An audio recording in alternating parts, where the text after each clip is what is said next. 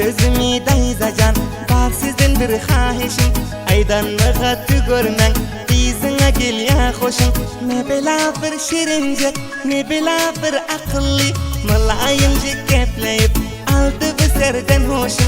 Ne bela bir şirincek, ne bela bir akıllı, malayımcık gepleyip aldı bu serden hoşum. Dinlegin ey dayzacan menin yürek sözümü, aydanlığa tügörmen, söylerim men kızını. Al ikinci kızın, baldım bülbül aşığı. Eğer şunu almasam, istem yok yaşamağı. Al ikinci kızın, baldım bülbül aşığı. Eğer şunu almasam, istem yok yaşamağı. İstem yok yaşamağı.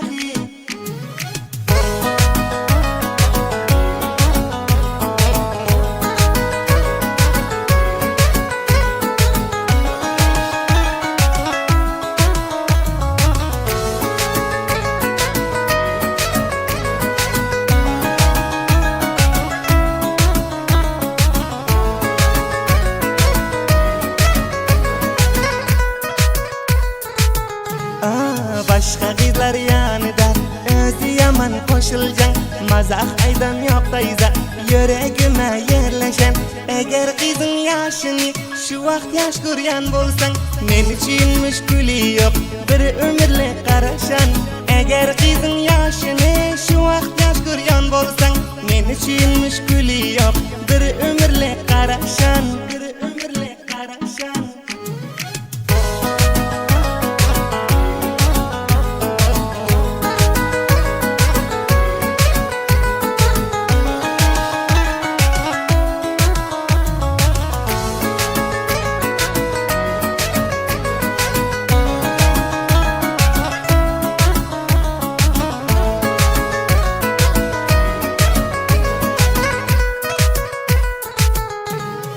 Söz veriyorsun ey dayzacan, bizim bahtlı ederin. İki gözümün kararı yancak edip saklarım. Xudana kat ayrılsam izinizden dayzacan, sonra dünya gerekte ölümü tercih ederim. Xudana kat ayrılsam izinizden dayzacan, sonra dünya gerekte ölümü tercih ederim. Ölümü tercih ederim.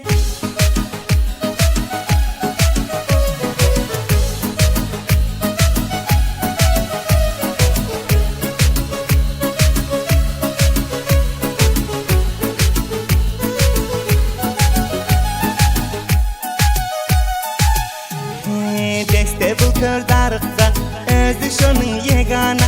Şonun işkına düşüp, boldum bülbül divana. Celaleddin Dilsöz, diyermen nuça boyme. Yalvarıp aytyon dayza, dermen yine bigana. Celaleddin Dilsöz, diyermen nuça boyme. Yalvarıp aytyon